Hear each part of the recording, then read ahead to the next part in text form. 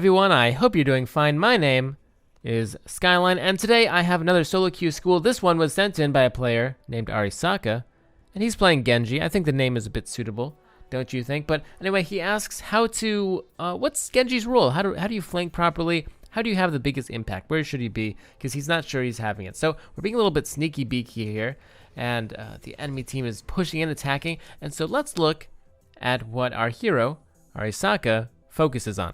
Immediately, it's the Diva, the Winston, more Winston. And so right away, we're going to come to the theme of the video today, and that is that you should not be focusing on tanks as Genji. That's number one. And that's mostly what this Genji player will be focusing on. You want to try to get into that juicy backline. Try to see what you can get done there. So this fight's a little bit easy. Our team kind of cleans it up for us, carries us through it. So not much to see here. Let's skip to the next fight. All right, so here we are. We're preparing for this next defense. Our hero's kind of far forward. Okay, so Winston jumped forward.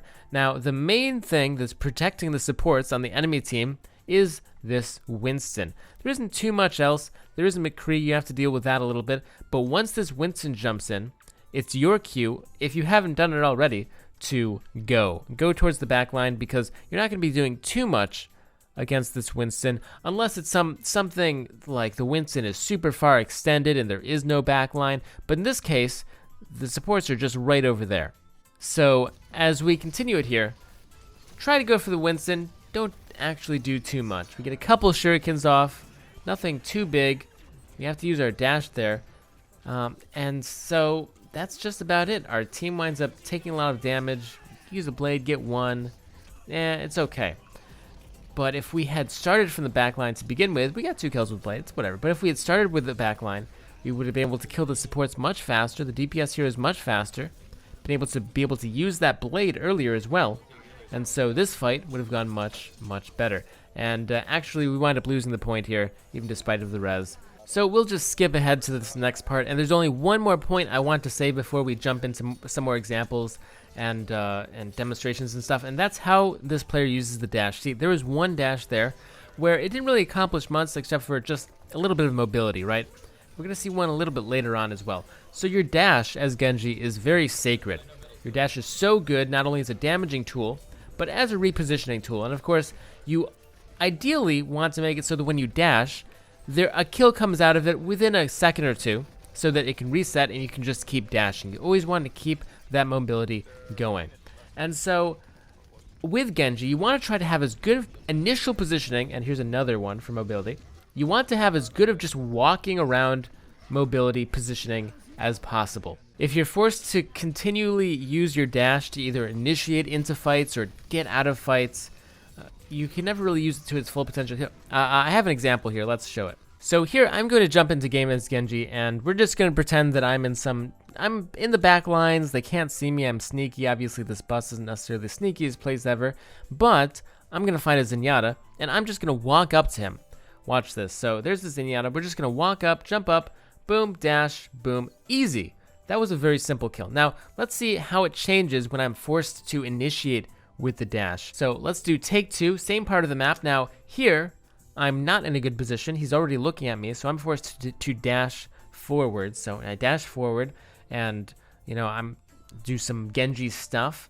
And maybe I could have played a little bit better right there. I was exaggerating a little bit, but still, it was clearly a lot harder. The Zenyatta had a lot more of a fighting chance. He had an opportunity to shoot at me. I didn't have that very easy free kill. And most importantly, if you dash through someone, it kind of resets their aim, right? So if you're able to start in the front, right-click, dash through them, right-click, it's very difficult for them to shoot you. It's not like this where you're just taking a straight-up fight. So let's resume where we left off and just keep those things in mind as we continue to follow this player. So once again, staying in the front line, and I think this is good discipline on his blade. Not using the ultimate quite yet. His team's a bit ahead, so there's no real need to.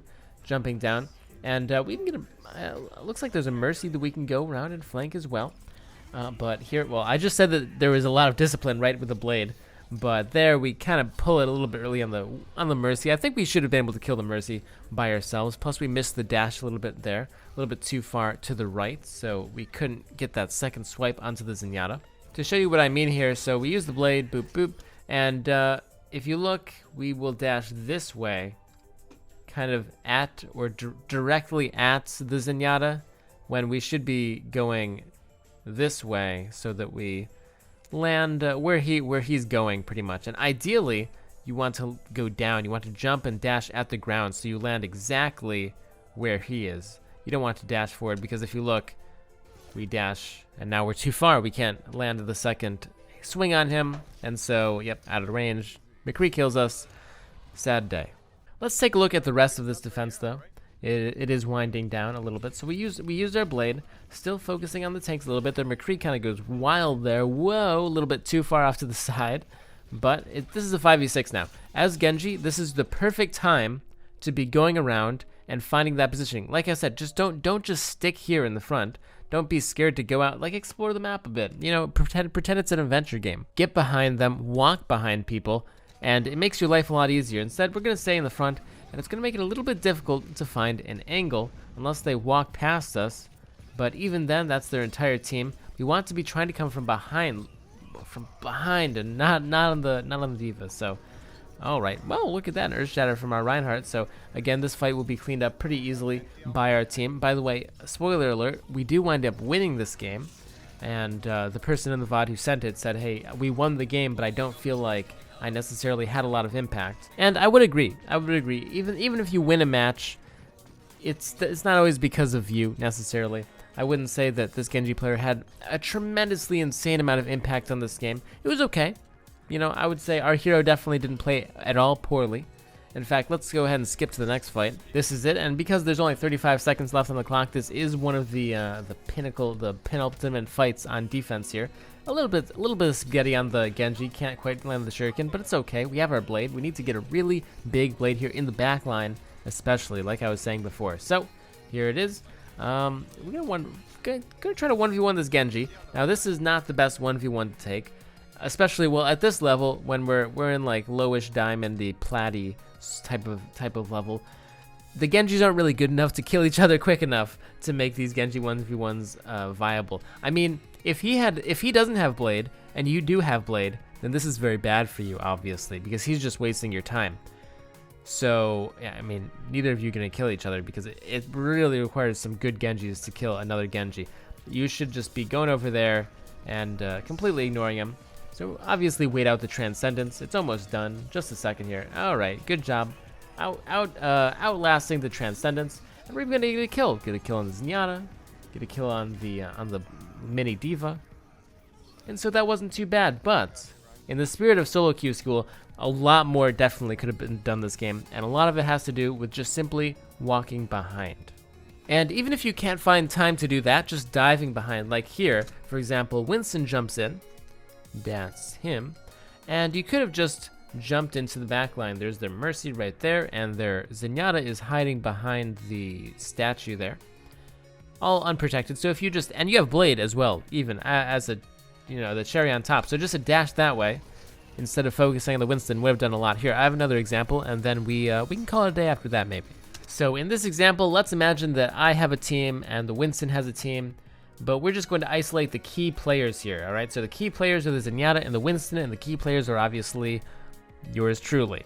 So when the Winston jumps in, it's just as simple as running past him.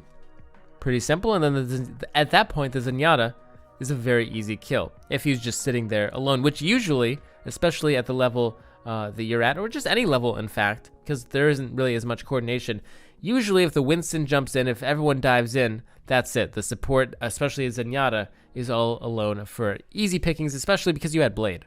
All right, let's watch that blade one more time just to leave off feeling good. Never forget to follow me on Twitter because the bird is the word, as they say. But I guess more importantly, never forget to stay positive and have a great day. Peace out, guys. See you tomorrow.